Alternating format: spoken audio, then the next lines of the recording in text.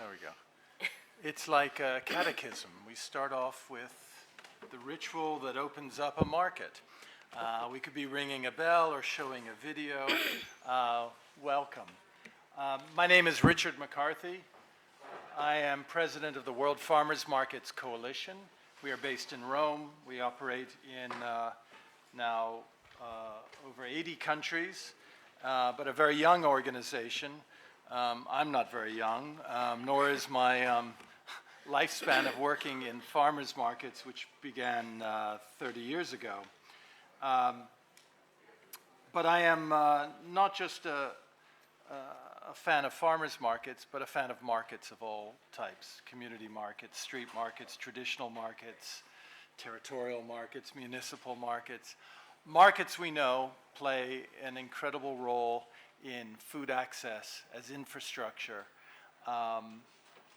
as public spaces, as points of sale for farmers and small enterprises. And they are places for gathering for consumers to learn and to rediscover each other. This session, which I'll describe to you, is maybe two panels where we will have discussion.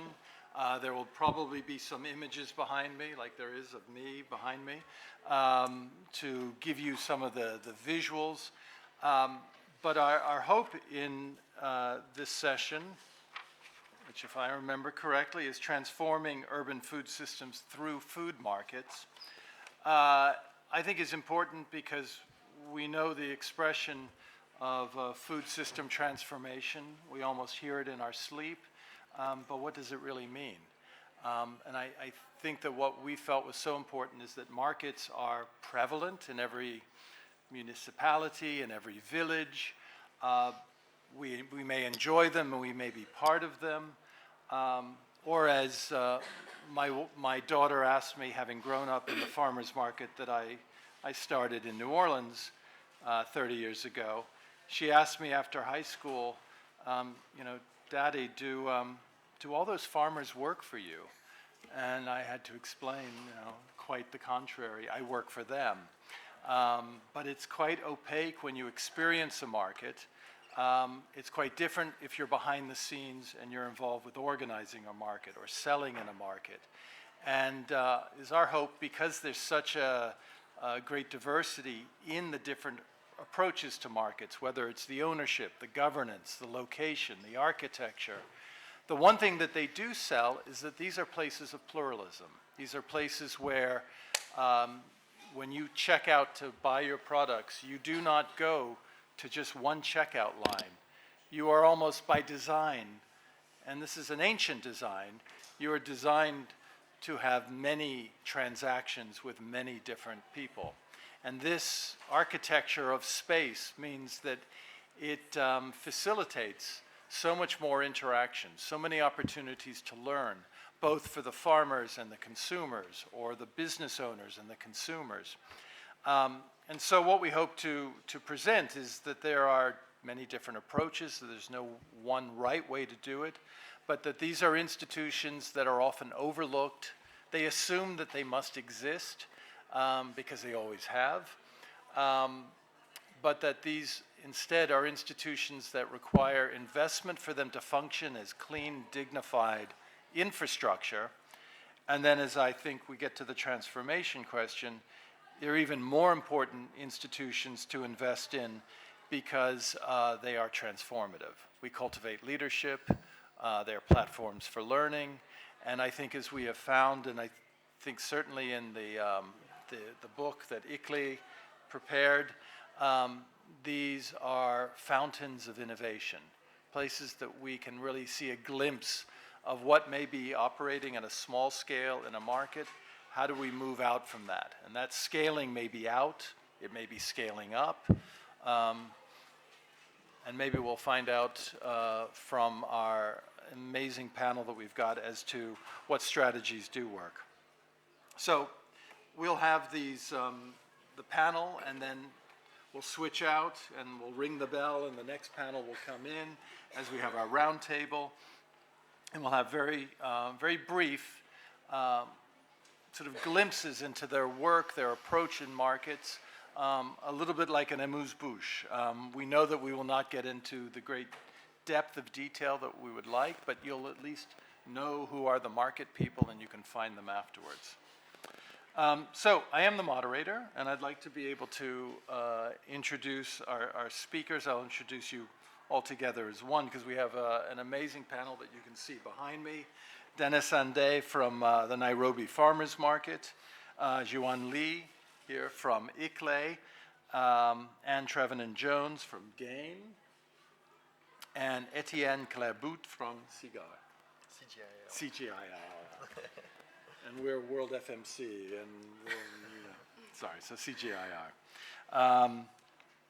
So to begin with, Dennis Ande, a longtime market proponent and organizer of markets in Nairobi. But in the last 3 years, you went on an adventure in a place where there are markets, are pervasive throughout Nairobi, throughout Kenya. But you found that it was maybe an opaque process for farmers to find the markets, to interact with the markets. Please share with us what your experience has been in developing a brand new farmers market in Nairobi. You press the button and don't get too close. Great. I think I'll have to start just to explain this. I find the seat a bit lower for me. So thank you. Like Richard has said, my name is Dennis Ande. I have been running farmers markets for the last 15 years. And those 15 years have been incredible years because I've been working with producers, but the design in which the farmers market was, we didn't actually have a model. It was just we do what we have to do in the name of a farmers market.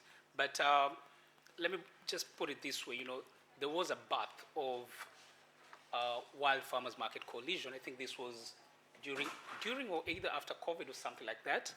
And it was a global thing. I'm right somewhere in Nairobi, this movement is somewhere in Europe, and just by coming across the platform or the organization, there was a deeper connection or some things that we could relate.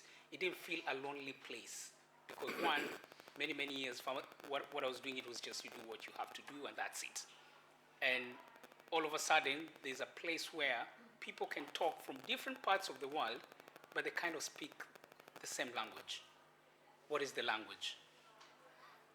It's the care for the producers and connecting these two people together. My case was a bit interesting because how I started farmers market was from a selfish reason. I had developed an autoimmune disease. Outrightly, if you're sick, you'll find good food. But good food is not for sick people. Good food should be for every normal person. And those are the majority. And sometimes they actually do not know where to find the food. Because what happens is, in Kenya, and I'm assuming other parts of the world, we do have traditional markets. Markets have been existing over the years. But I'll give you the context in my country. The people that sell in those traditional markets are actually not farmers. They are traders. Traders that do not produce. And I was struggling like many other people. Where do I want to buy food from someone that I know. It feels so special. But again, if you put that aside, if you really care about the whole food system, you realize you need to have a spot for the producers. Again, I'll say, I don't know your part of the world, but my part, farming is for poor people. Farming is designed for failures. If you dropped out of school, that's your place. If you did not graduate, that's your place. If you grow old, that's your place. No one takes pride in it. Why? Because there's no returns. So these spaces that we've designed through the model that Wild Farmers Market has actually helped us to develop is we're bringing dignity to the lives of the producers. Picture this, the shoe that you're wearing, the cloth that you're wearing, the phone that you're having, the laptop, the producers determine the price, is it? But in traditional market setup, a farmer can never determine the price for their products. Someone else has to, and they're all producers. Same thing, but different approach. In the markets that we've designed, for instance, like the Nairobi Farmers Market, a farmer has a choice to decide what they're going to price for their bunch of spinach, for their kilo of onion. It's not regulated by the spheres of the market or the dynamics. You come, I'll tell you, my bunch is 100 shillings, and I can justify why it's 100 shillings. If there's any complaint or if there's any issue, those can always be addressed between the producer and the consumer. And we've found these spaces have brought a lot of dignity because, for instance, let me give you an example. It's relationship-based. You know who's producing your food. So even if the seasons are not great, I know Dennis produces lovely strawberries. This time the rain was a little too much. And the customer is happy to support that because it's relationship. And again, there's a lot of diversity.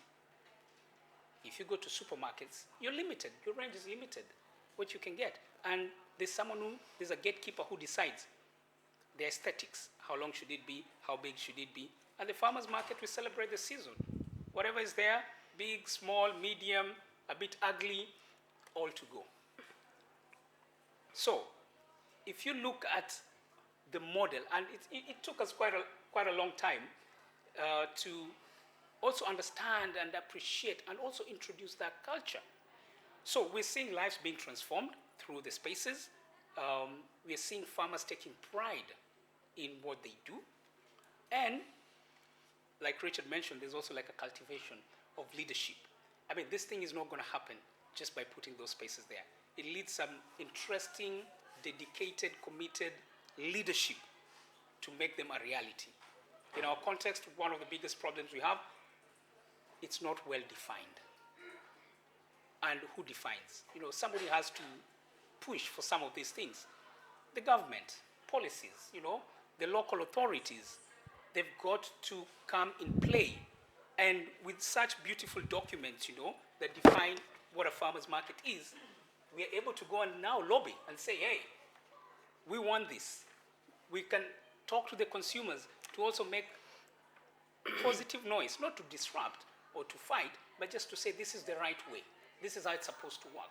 So right now, everything seems okay, but in our context, we need to take the step a little higher.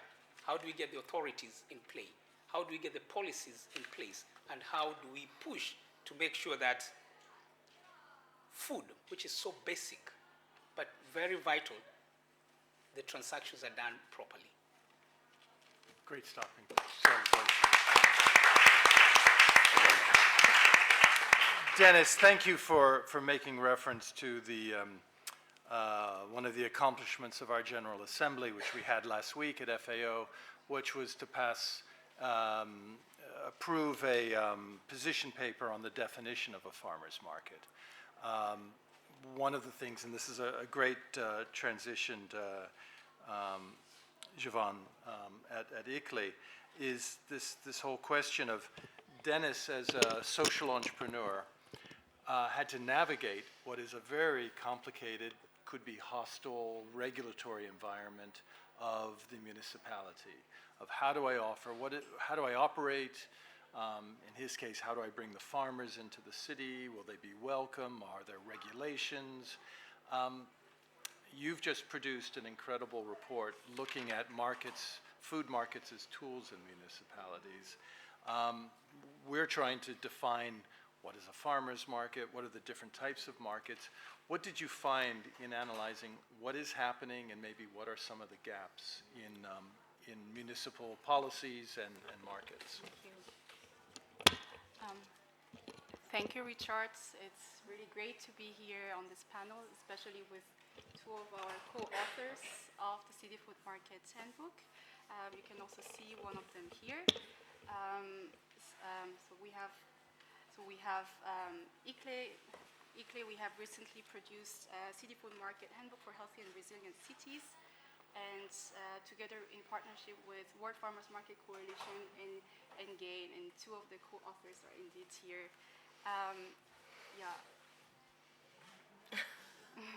Thank you, Richard.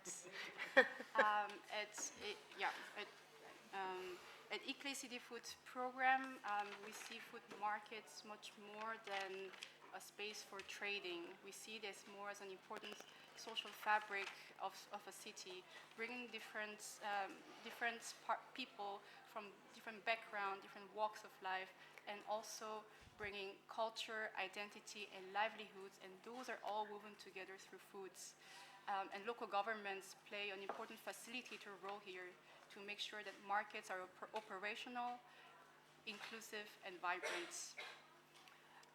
Whether markets are open air or in a built environment or managed by municipality or privately managed, local governments have important roles and mandates to make sure that those are functioning and they're inclusive and an important part of the urban fabric here. In this CityFood Market Handbook, we were able to collect 16 different case studies from local governments around the world that derive all of the different mandates local governments would have that cuts across. Oh, okay. Can you hear me better now? Yes. Oh, I'm so sorry. I did not notice that it was right. Okay, so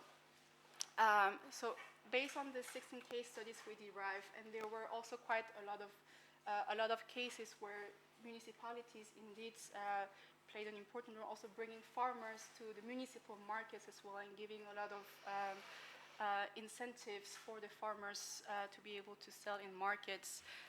And we have categorized all of the different mandates and scalable solutions that we were able to find through the 16 case studies across 4 different pillars, which are policy and governance, market infrastructure, funding and incentives, capacity building, and awareness raising. And the team is currently quite busy updating the handbook for the 2nd edition. Together with Gain, we have added 15 additional case studies, so now we have 31 case studies, including Porto Alegre, who is also here with us. And this will be launched at COP next month and will be translated into Portuguese and Spanish. So please stay tuned, especially for the Spanish and Portuguese speakers, so that this resource will be available also in your language. I would just like to give some examples of what are the different mandates local governments could really leverage on different pillars. So in the case of policy and governance, I think Cleveland is a really good example. They have something called 15-minute city planning framework, which makes sure that residents have access to essential services such as food within 15 minutes of commute. And farmers market, farm stands, and privately managed markets, they're all supported under the zoning code of the local government. And you can see that urban planning itself can be a powerful tool for food policy. And in terms of market infrastructure, in the case of Rukela, where they saw 44% of their vegetables in market just being wasted without reaching the customers due to the lack of infrastructure, the local governments partner with farmers association and NGOs, and were able to unlock some funding to be able to implement 5 solar-powered cold storage units in different markets. And this did not only reduce the food waste, but also increase the revenue of the vendors by up to 30%. In terms of funding and incentives, in the case of the city of Mérida in Mexico, the local government successfully supported 250 farmers to directly have access to markets, and also supported them their capacity building as well. And in terms of capacity building and awareness raising, in the case of the city of Brașov in Romania, they're supporting the local farmers who are mostly small and medium-sized, giving them priorities in terms of finding a good stand at the markets, also providing reduced rent. And there's a color coding system here. The blue are for the resellers, and yellow would be for the farmers. So the customers would know immediately who are the resellers and who are the farmers. So all these examples were developed through the project that we're currently implementing. That's called CityFood Markets for Healthy and Resilient Cities, under the support from the German Development Cooperation. And we're also implementing 2 pilot projects in Lusaka and Lilongwe City. And the learning that we have captured on the ground are also being integrated into the handbook. Just to conclude, through this work, it was quite evident for us that markets is a living system, and local governments hold the needle and threads to be able to move all those policy, infrastructure, and partnership to make sure that our social fabric remains vibrant and inclusive. Thank you.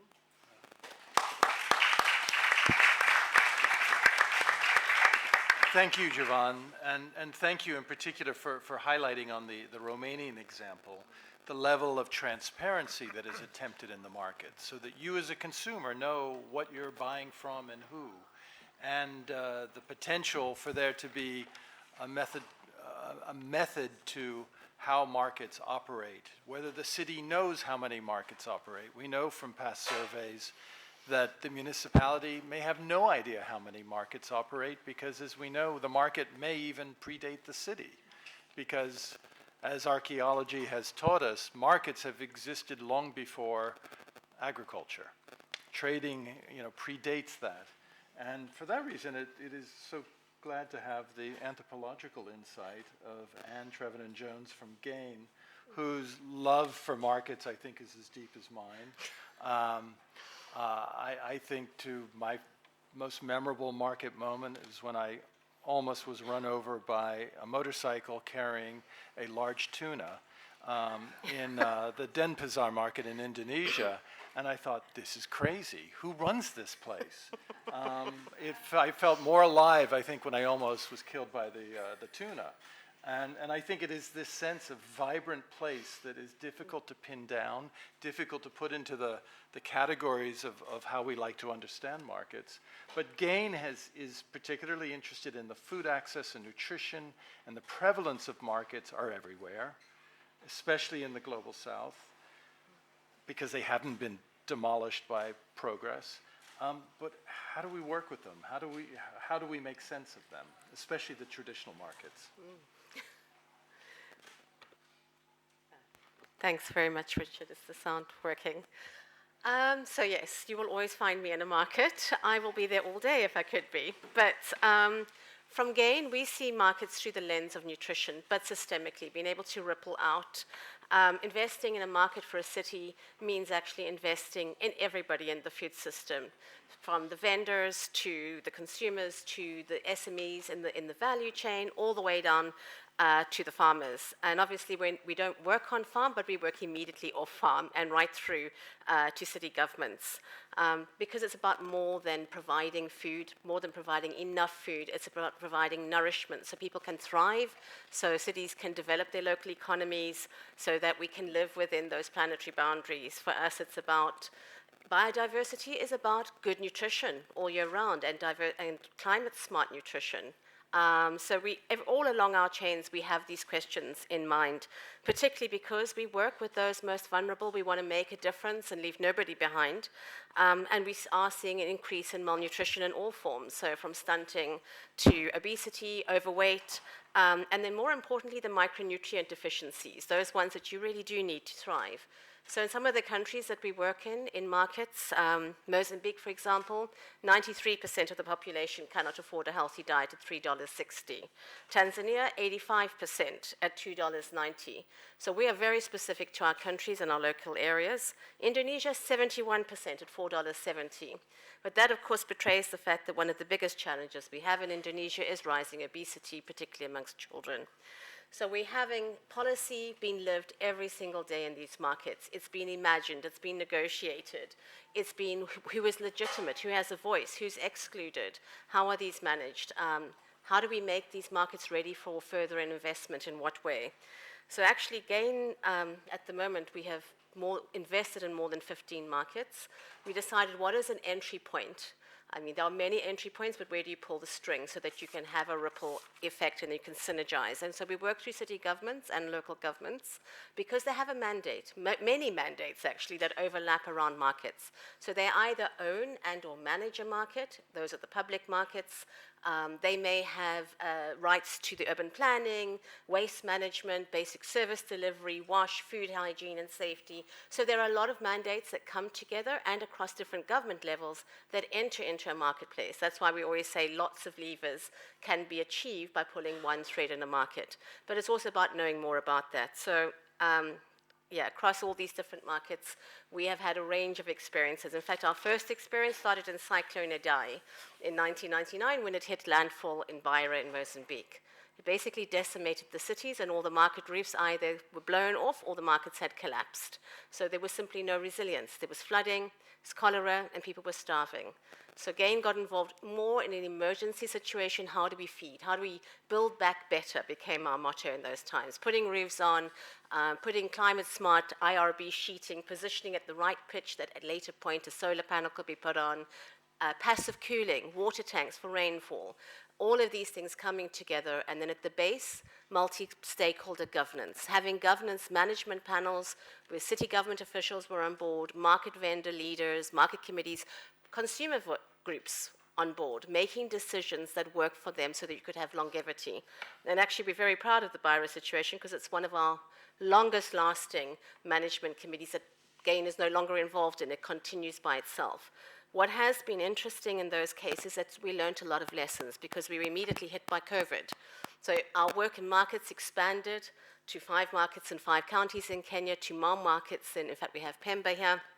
So we needed to know where these markets were. We used satellite mapping because we couldn't get into markets with the limitations we had at those times. GAIN is very fortunate. We are a matrix organization. So in country, we have communities that are of the community. So we already have access to people. We're not coming down as a global organization. And so through COVID, we're looking at resilience in those markets. How can we make them parts of resilience? There were already lots of social protection forms happening there, lots of exchange of food, lots of how do we solve things. Really a place of innovation in small is beautiful, as I'm always reminded of. So what we did learn was that sometimes you don't need to come in with a huge, big, very expensive cold room in a market, which may break down, which may be costly to maintain. The city government might not even have the skills to do that. An ice room, which is cheaper and more affordable, may be better. And that's what we did learn in Beira, is that we invested in 3 public markets of the 8 in the poorest areas, and we found that the ice machine was actually better because people were distributing ice all over to all the markets. They had ice that could go to the last mile vendors. So suddenly we realized actually cost and value and benefits are things that we've learned. And of course, basic things. We championed for the Codex guidelines on hygiene practices, which were adopted in a space of 2 years, which is pretty remarkable. And those are things to say to city governments, you don't have to have everything. But if you put a tap in, and you may have basic service delivery and water, huge difference in your food hygiene and safety.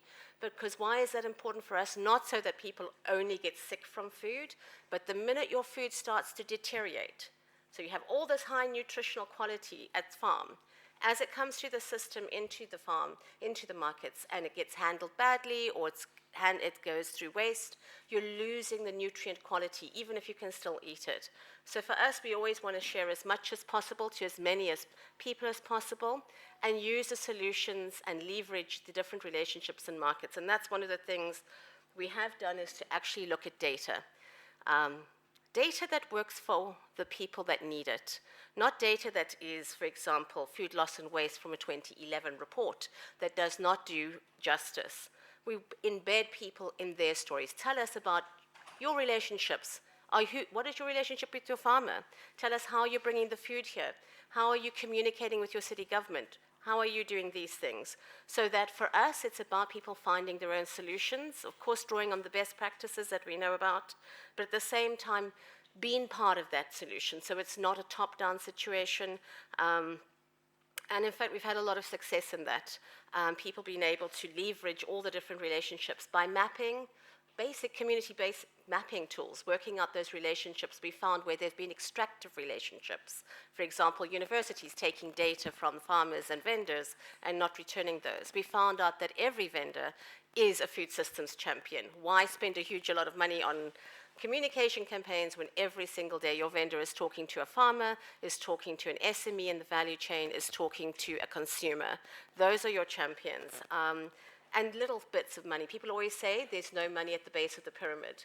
In markets where we've invested, we found that the market committee, upon our training investment, upon our investment in governance and setting up multi-stakeholder platforms, upon our investment in big and small infrastructure, they've been able to say, well, let us pay an extra 2 cents to pay for somebody to sit and look after the bathrooms, and it is our responsibility to notify city government the water has stopped. Because city governments often do not have enough capacity to be in the markets every day. So we start to see ownership across all of the stakeholders happening at the level. And people always say there's no money in the base of the pyramid.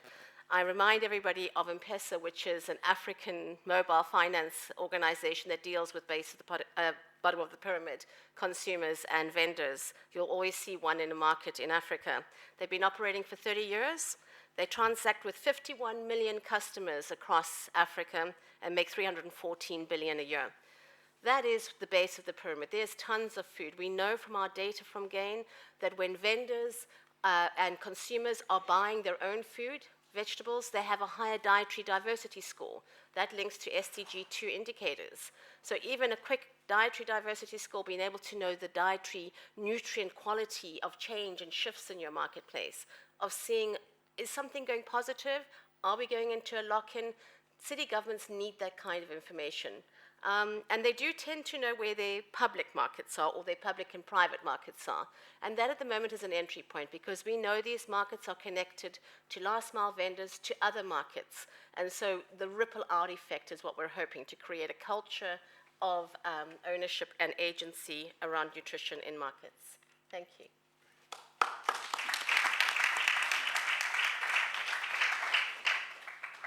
So Anne described the vibrant, living nature of the market. There's so much informal activity happening that should be indeed recognized, recorded, not squashed with too much regulation. But we know this is a challenge about informality versus formal economic systems. We know that the markets are themselves natural incubators, maybe the original incubator for business development. Much of it happens because you're physically face-to-face between seller and buyer. You learn so much if you're listening and paying attention. You learn and your business develops according to what your consumers want. And yet, I've visited markets. I'm thinking of one activity that was always stuck in my head was in the Leeward Islands in Nevis. They'd been walloped by a cyclone, and I was there looking at how could the markets help to restart the economy. And I was in the market, and every seller had the same variety of tomatoes, the same variety of lettuce, because the extension service had said, this is the seed you should grow, and it's done, and very top down. I'm really intrigued, Etienne, with CGIAR. How do you move beyond the market, but actually work with the vendors in the market to help them break out of that link? Because in that one market in Nevis, there was one vendor who was growing all kinds of incredible crops. And she found a different market because she was paying attention. That's an entrepreneurial impulse. Maybe you can teach, maybe not, but how do you? I'm most intrigued to learn about the vendor schools and how do you make some of the more informal businesses a little bit more formal so that they are stronger? Thank you. So just to clarify, CGIAR stands for Consultative Group on International Agricultural Research. It's a bit complicated, but it's good to have this in mind. So traditionally, we're really doing like research for development. We try to innovate, bring data with the aim to generate knowledge, innovation, and technology that will help actually to improve livelihoods and nutrition and access to nutritious foods in the global south. So traditionally, we're mostly working with the growers, developing new varieties, more nutritious varieties of vegetable, any kind of foods. But recently, with the trend of urbanization, we have also been engaging in urban food systems. It's quite recent for CGIAR, but we're going quite big in this direction. And one angle of research that we have is, of course, production, how to deal with the waste, how to improve this. But one big aspect is also in how to improve the informal markets for 2 points of views, for the nutritional value of the food that they are selling, but also to create better livelihoods. So what we see, we have been implementing the program called Vendor Business Schools in 2 major cities, one in Nairobi and one in Manila in the Philippines. And in Kenya, what we see is that I think 80% of the food that is being sold or consumed comes from informal markets. And this comes with huge challenges. Hygiene is one, the nutritional value of the product that is being sold is problematic, but also then the livelihood that the vendors are getting from their activity is extremely problematic, and that does not allow them to have a decent job. So the fact is that those informal markets are extremely important for the food system. We don't want to get rid of them. We have to improve them. We have to find ways to improve the livelihoods of the vendors, but also to improve the quality of the food that is being sold there. So we have developed the Vendor Business School, which is quite a simple concept. Is we try to train vendors, informal vendors, in a short period of time by training them on customer care, having access to finance, how to deal with foods that they are selling in a safe way, how to select the varieties that they want to sell to improve the nutritional value of the diets of urban residents.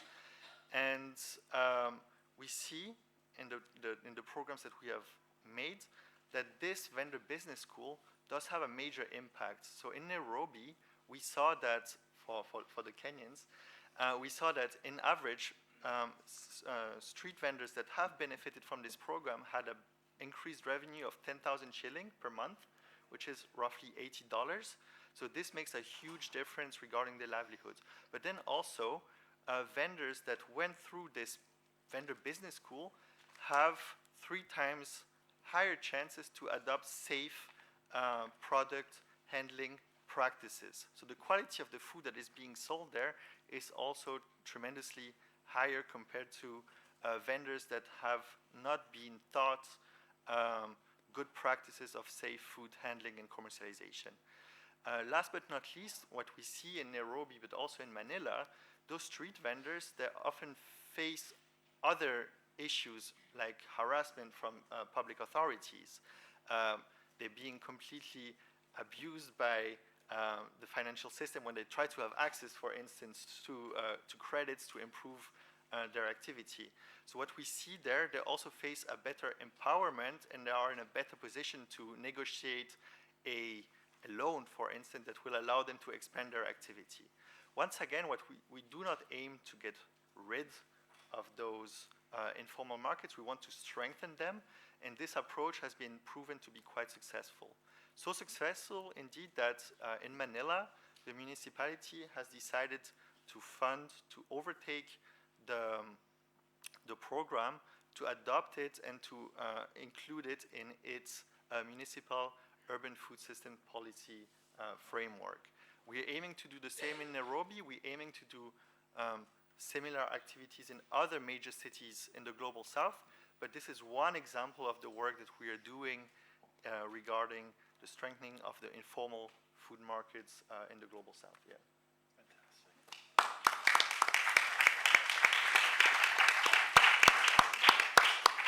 Thank you, Etienne, and thank you for closing out the first part of our session. We know that we're going to probably keep, who else stays up here? Anne, do you stay for GAIN or no? No. Okay, great, okay. And so, a round of applause to everyone who gives us sort of more of a global view of the extraordinary diversity of markets, and yet you see such similar threads of trends that run through all of them. The challenge is for them to be taken seriously as legitimate economic, social, and political activity. So thank you, everyone. So if you all will take a seat in the audience, I'd love to invite up here from Bogota's Slow Food Farmers Market, Yorani Andrea Lopez Colmenares, please. From ICLEI, Chi Mi-kyung. And probably with your interpreter as well, yes? Yes. From GAIN, is Mayor Didi Rahim here? No? And from CGIAR, I'd like to welcome back Etienne. Thank you. You're the one staying. There we go. Yeah. Yeah. Yes. Yeah, our Nairobi guest didn't get the visa, unfortunately. That's so right. No, I was very disappointed. I was looking Yeah. forward to meeting. It was really great. Yeah. So we will we'll shift to like very specific stories. Ah, you are. Welcome. Welcome. Okay. So, and we will, hold on, let me make sure I get the right order of things. We are staying roughly within time, which is good. Hopefully there'll be some time for some conversation and questions. So if I can start with you, Yorani. In Bogota, Colombia, you've run the Slow Food Farmers Market for over a dozen years. You're probably a very small operation. Yeah. You're a piece of civil society, social entrepreneur, having to navigate how 40 families or 40 farmers come in from the peri-urban area into the city center. Is this easy? Was the city welcoming you with open arms to set up on some public space? How do you navigate as a social, a civil society operation to be taken seriously as a business operation, also to be taken seriously as an important piece of civic infrastructure? Tell us about your story as you are the founder, correct? Okay. Yeah, no, I'm not the founder. I'm the manager. The manager. There are two people that found this market at the past. But I came to this market as a consumer. And at this time, I realized that it was too important for our city that we have this like a ecosystem, like a core in our city that that happens too many things: relationships and food and nutrition, faces of behind the food. So yeah, I think that I'm not the founder. So sorry for I'm improving my English. My main language is Spanish. I'm from Colombia, and yeah, this space that we are creating in our city is about mutualist growth. I think so. If producers grow, the relationships that start growing around the food is growing too. All of us growing around this bond, and I think so that these spaces to regenerate the bond with food and nature, because we put nature in our plates. So I think that is important too in these spaces that we are creating. And so you manage the market. Yeah. And the market happens on what day of the week? It's on Sunday, On Sunday. every Sunday. And what role do the farmers play in some of the decisions of the market or the choices of who gets to come into the market? What kind of role do they play? Are they part of governance? Yeah, they part of governors because we need that they participate of like a community, like a grow community. So yeah, there are 40 families, and I say families because it's like it's not just producer, yeah. The producer came to our market, but yeah, the behind them or even the family came to our market. So it seems different that you see the faces of the family. And Well, I mean, this raises an interesting question. I mean, I think in particular, markets are a place where you get food, food comes from producers. But by giving agriculture a human face, and not just an individual, but a family and a family system, they become part of the urban scape, part of the urban community.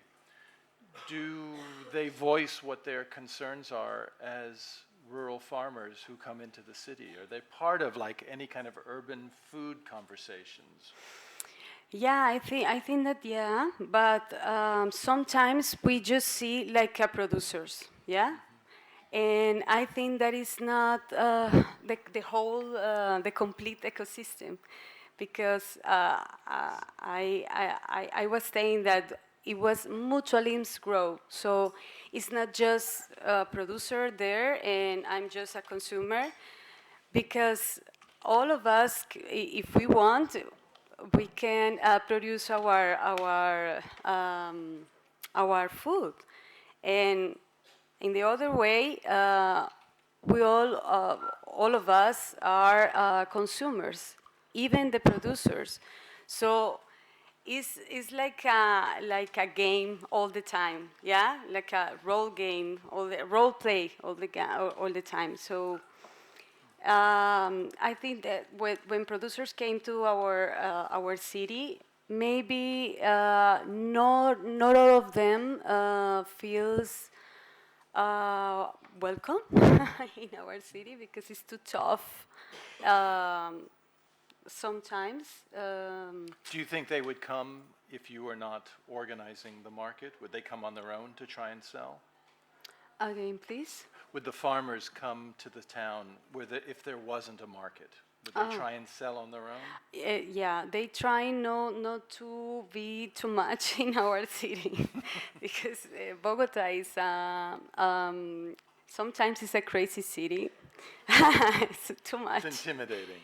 Yeah, it's intimidating for producers.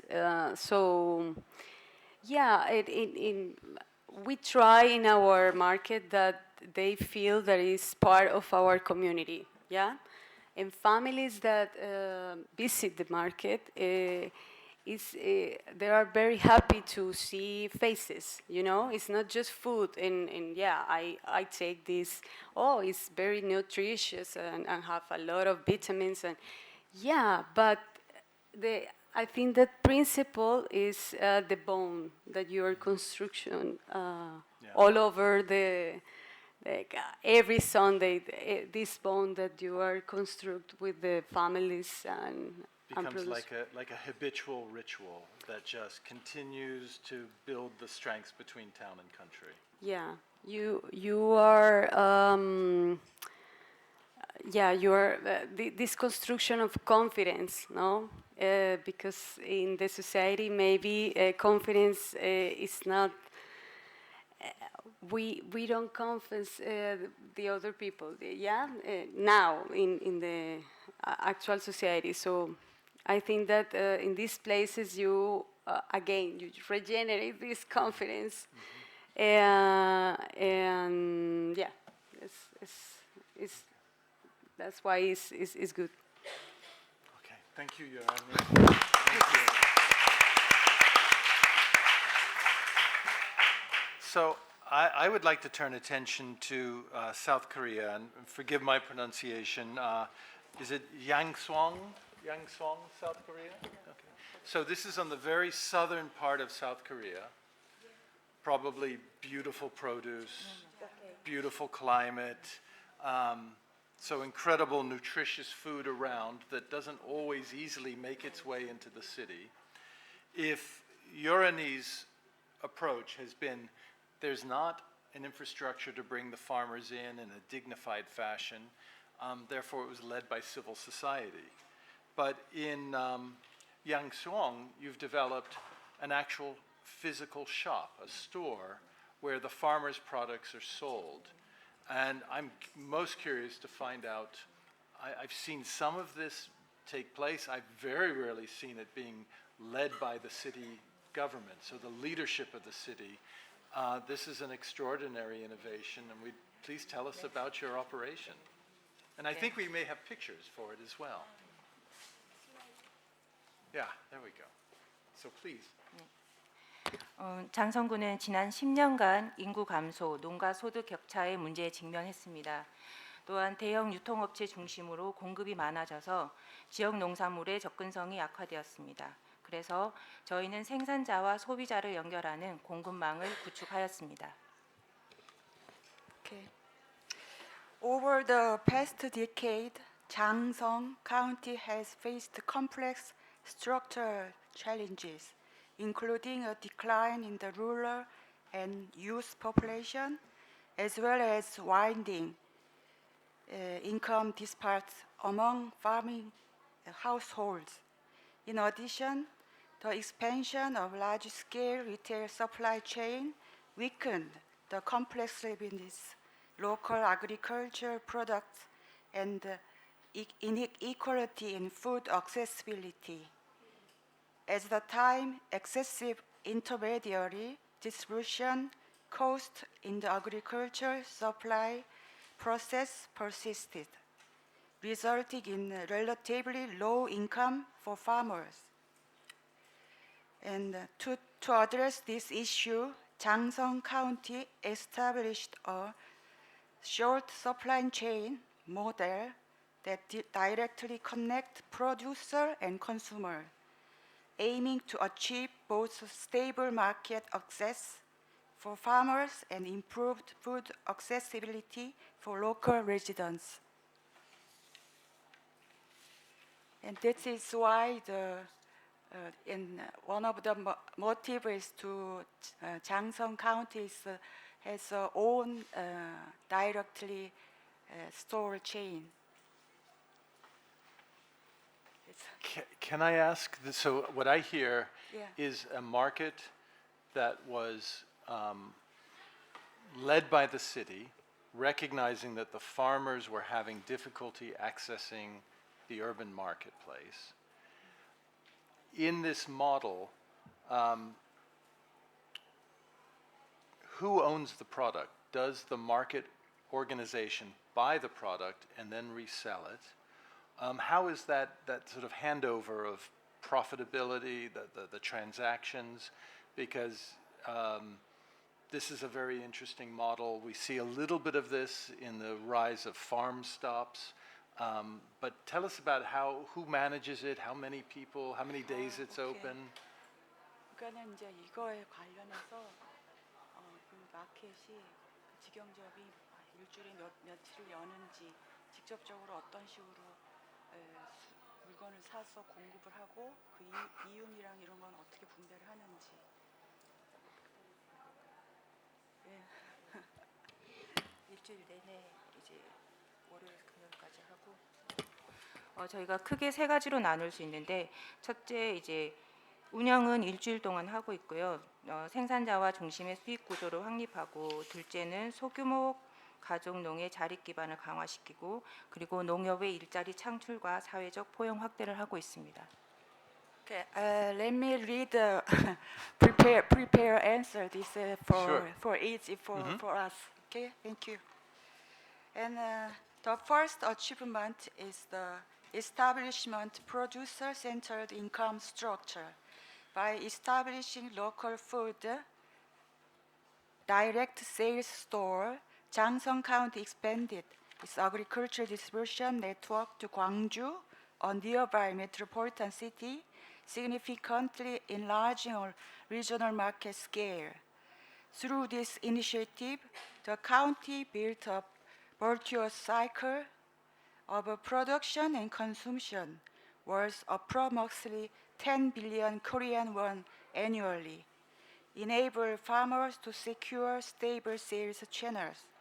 Moreover, by adopting a direct transaction model in which 90% of total sales revenue returns to farmer, the country minimalized intermediary distribution cost and solidified a producer-centered profit structure. The second achievement is the strengthening the self-reliance foundation for small-scale and family farms. The number of farms supplying products to local food direct sales stores increased from 585 in 2022 to 702 in 2024, all operating under a small-scale, family-based production system. These participating farms are not merely producers, but they also are supported and trained to become professional farms capable of handling the entire process, from planning and processing to sales. In addition, the Jangseong County Integrated Food Support Center oversees the entire cycle of production, distribution, and consumption, thereby reducing logistic and marketing burden for farmers and strengthening administrative reliability in the food system. And last, the third achievement is job creation for farmers and the expansion of social inclusion. This initiative has created a total of 741 jobs, including 702 positions in the agriculture sector and 24 positions for vulnerable groups and women in food-related industries. Notably, women account for 51% of all jobs, encouraging the economic participation elderly female farmer and diversifying employment opportunity in rural area. This effort goes beyond mere job creation and contribute maintain the rural population and ensuring the intergenerational sustainability of agriculture.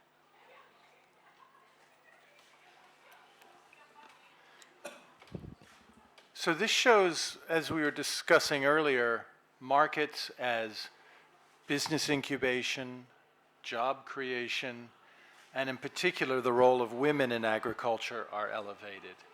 I'm curious about the property. Is it owned by the city or the town? Was the building built for this purpose? And how long has it been operating? It's quite spectacular looking at it. 그러니까 직접적으로 이윤이 이 뭐 건물이라든가 그 시장 그런 거는 어디서 지원을 하고 이윤을 받는지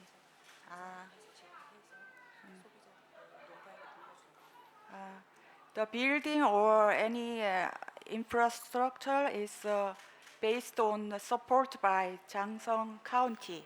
Okay. And so the profit is distributor 19% for farmer, producer. And so almost no profit programming planning. Is that enough to answer? I did not intend to badger you. No, I'm just so fascinated with this model. Okay. No, thank you. 그러니까는 It is, 그런 질문에 대해서 답이 필요한 게 아니라 그게 굉장히 좋은 인상을 받았다. Okay, thank you. yeah. Thank you so much.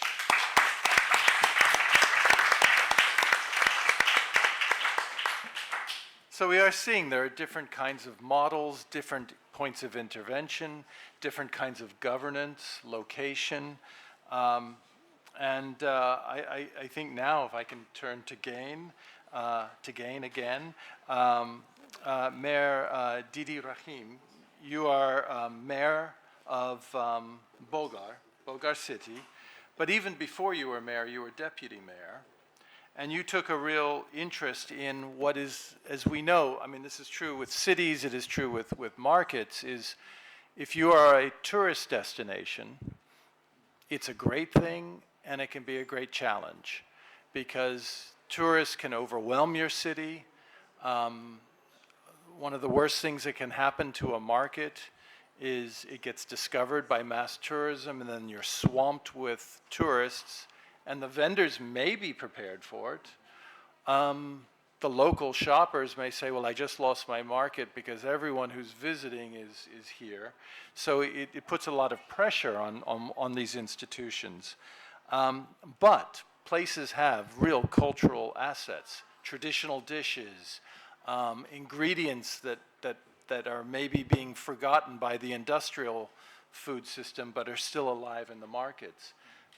Tell me, I mean, especially coming from the municipality, looking and recognizing this issue, what has been your intervention, your approach, and tell us a success story. We like success.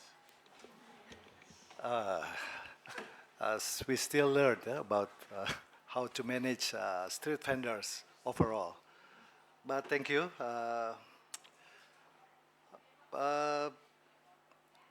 Bogor City believes that good food governance must be inclusive. Yeah. And also, that's why we create a regular dialogue forum with street vendors where they can share their challenges and also ideas, especially maybe about food safety and nutrition. We also form vendor group and cooperatives so they can have a stronger voice in policy making. So I think very important that they have representatives are part of local food governance, working together with the health office and food safety task force. Yeah. In our city, many challenges, many obstacles, because as you know, city in Asia mostly still combined between agriculture, what you call it? People, and city, modern city in other side. So this is by listening their voice, we built a food policy that are more practical and more fair and sustainable. I think that's Are the street vendors, Yes. are they organized into an organization or an association? Do they get permits from the city? Of course, yeah. My experience, we must we must have a map of street vendors by business type. And Like- do they have a set location that Yes, they have of to be course, in? yeah. Like culinary in special in other side, and of course vegetable, fruits, and also flowers, and we must hear to understand their needs. Yeah, and then we designate vending zones to maintain involvement of government in order and accessibility to them, that they can more close with the customer. Yeah. This is our challenge because we must do like socialization. We must talking to neighborhood, to accept them, place in a new zone that we create to make sure government can maintain and monitoring the activity day to day. So do you have an office of markets? Of course. Or is it yeah. zoning or permit Yes, that yes. handles it? We have daily market. Yeah. We have, I heard before from Nairobi, only 2 days a week. But in Bogor City, we have Every day. everyday market. Yeah, yeah. Yes. A little bit different, but to manage this situation is kind of different. Very, very different. Yeah. Because we don't have farmers, we don't have what you call it, like urban farming in the large scale. Yeah. Maybe some citizens have business in farming, but not too big in Bogor City. So if I were to come visit your beautiful city, Yeah. if I were to come, Oh yeah. what food that the street vendor has Oh yeah. that you must absolutely have? We have a special local dishes coming from fruits and vegetables. We I think in Korea they have what you call it, kimchi, like kimchi, yeah? But we create that from vegetables and fruits. So if you come to Bogor, I will serve you by myself to you. And I could find among the street vendors. Of course. Yeah. Okay. Thank you very much. You're welcome.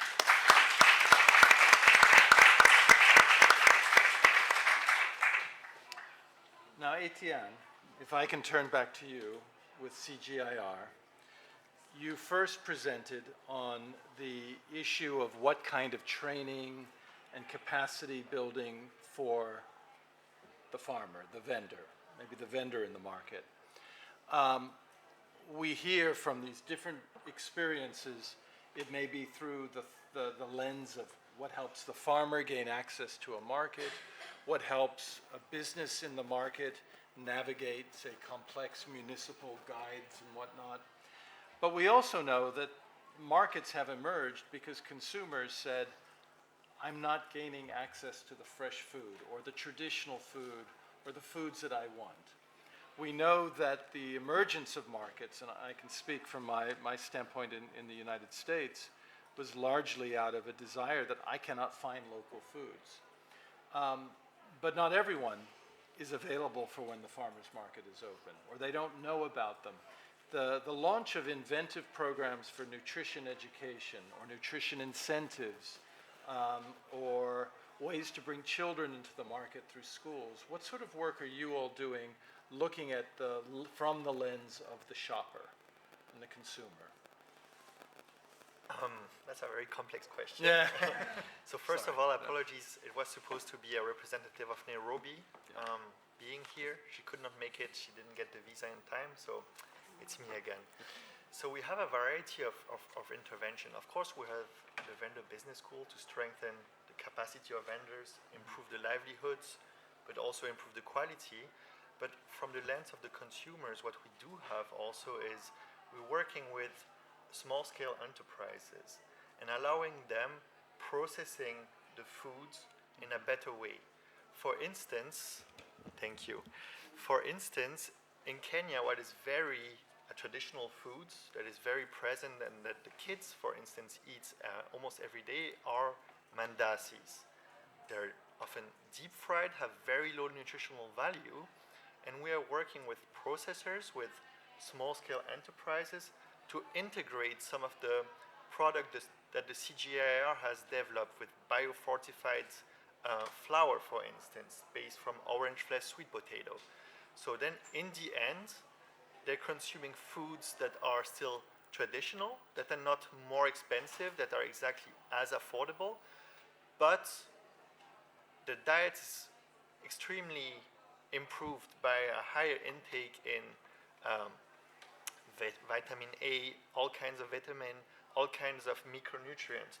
People are not necessarily aware of this, but when you make a study about the nutritional intake of these low-income urban citizens, these products have a tremendous effect. This is one example of the things we are doing.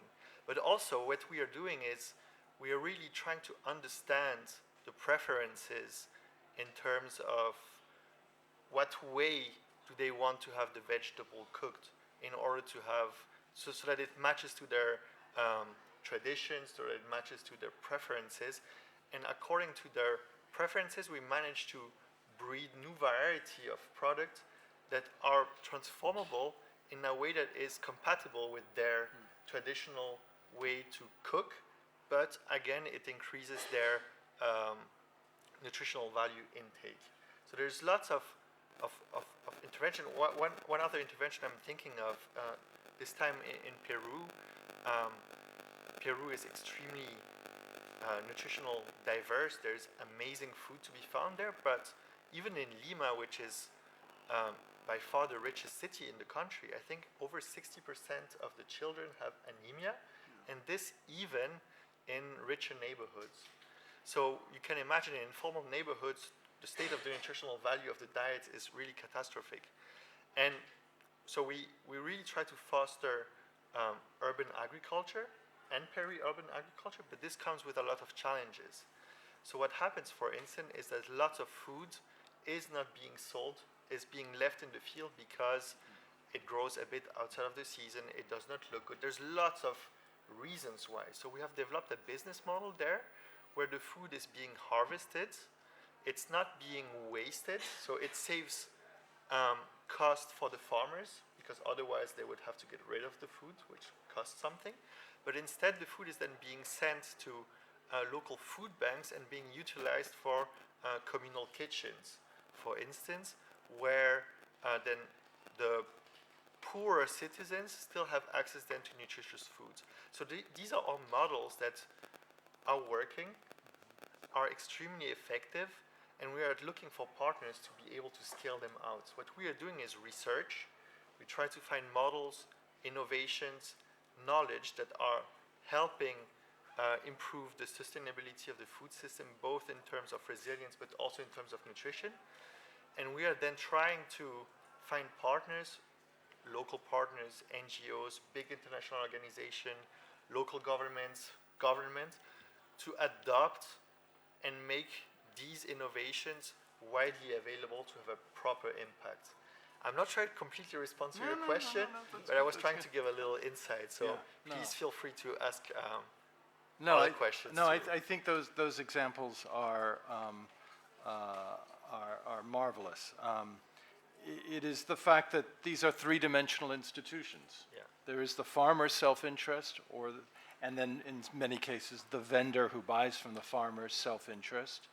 There is the municipality who is interested in the public space, and markets and vending, street vending should not be disruptive, it should add value to the life. And then from the consumer standpoint, it is increasingly difficult to make ends meet in a crazy, fast-paced world and the economic pressures. Exactly. So what I would add there is that it's a bit controversial, but stakeholders do not necessarily know their interests. They do not necessarily know the nutritional value of their diets. So there needs to be a lot of research, there needs to be a lot of data to explain how this could be improved, both at the citizen level, but also at communal level. Like, most of the time when we are talking with city representatives, they know what a healthy diet looks like. They know it, but they do not necessarily know the damaging. Do they?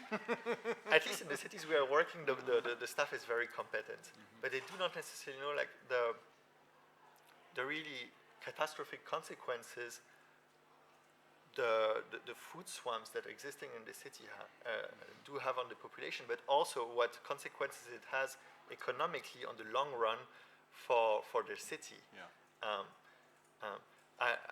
I'm coming back to the vendor business school. Often, informal vendors are being a bit left on the side because there is no real interest to deal with them. But an aspect of motivating public authorities to tackle the issues and professionalizing those informal markets is the perspective on the mid or longer run to get taxation revenue from them Yeah, too. yeah. So it's a really hard exercise to try to find interest from all involved stakeholders and trying to get them all involved. It's a long effort. It's not easy. We need to try to get as many stakeholders as possible on board, but when it's happening, the impact is really tremendous. No, I appreciate your recognition to the dance that takes place.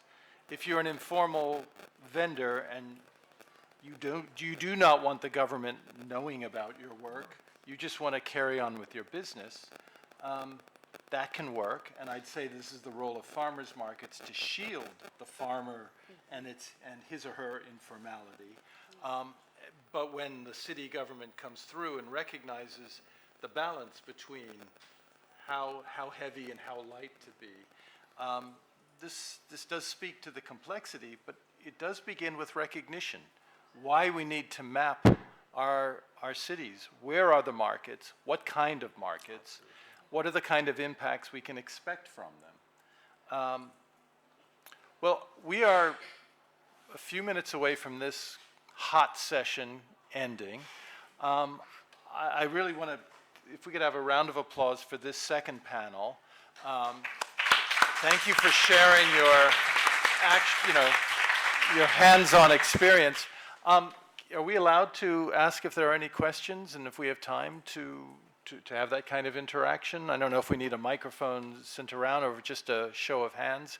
If you have any questions for from this panel or from the first one, we're more than willing to open up the floor. We know that can be dangerous because once we open it, it never closes. But is there a burning question that anyone has? A point of clarification that I heard you, but I didn't understand this point or that point? Because we have extraordinary expertise here that we want to make sure that we squeeze everything out of them that we can. No? Ah, I do see some not so shy hands. You here were first. Yeah. Yeah.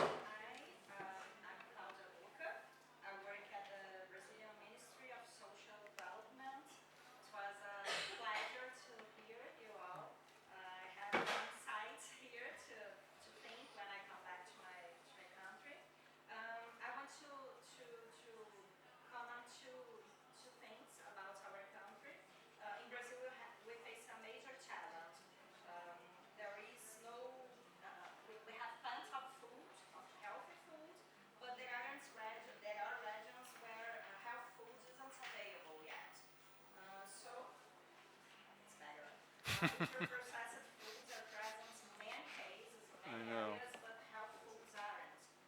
Therefore, we have challenged ourselves as the federal government to implement public policies to promote access to health foods. I would like to quickly comment on two initiatives in this regard. First, we published a presidential decree establishing a basic food basket based on health foods that consider biodiversity and restrict ultra-processed foods. So the insight here, I think, will help we help ourselves to plan how we can implement this decree into food markets. This decree has guided our policies from food production to consumption. And another initiative I want to share with you is we have mapped, we have identified food deserts and swamps, and this mapping is available to support municipal managers in implementing food and nutrition security measures, including food markets. So we are trying to improve the food markets in Brazil, trying to amplify the food markets of health foods. Yes, yes. Thank you. Thank you for sharing the experience in Brazil. We know, thank you, Brazil, for being a leader on this issue, the launch of the Global Alliance, to recognize that We need to intervene at both the municipal and the national level. One thing that we know about hyper-processed foods is it's very cool and chic and desirable. Our markets are not places of hyper-processed foods, and we are working very creatively to make real food, regenerative food, traditional food hip and happening. So we fight the battle together. Yeah. Maybe one last question before we set you free into the cool air. Yes.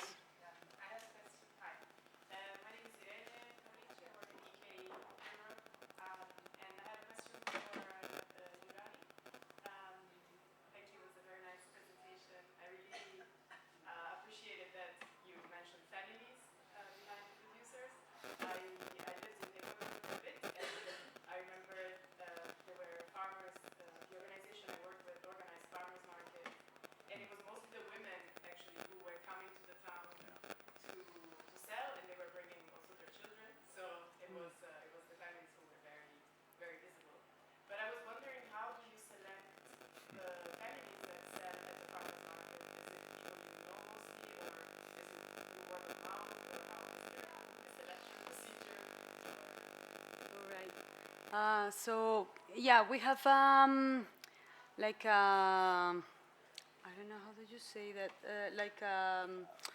An application form yeah, and criteria. thank you so much. Yeah, we have an application form that the producers tell us about the project, but there are more questions about their lives. So we know that when people talk about their lives and talk about more than just, yeah, I grow in my farm, I grow, yeah, different kind of food, the fruits and vegetables, yeah, but who is this person, yeah? Who, your family, your dreams, yeah? So in this application, they told us this more information that give us a specific type of family that we want to go to our market. And that is important for us because this community is based in the confidence and we want that these people can share another values, not just good food. You know what I mean? Is it good? You want to build social trust and cohesion and relationships.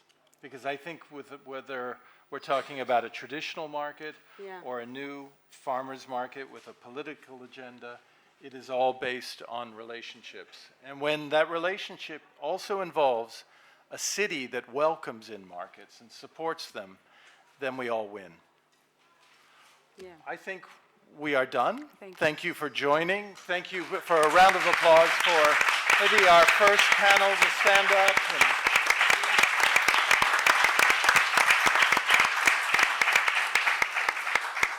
And if you don't have a market in your town, talk to some of these folks. We'll help to make it happen. Contact us.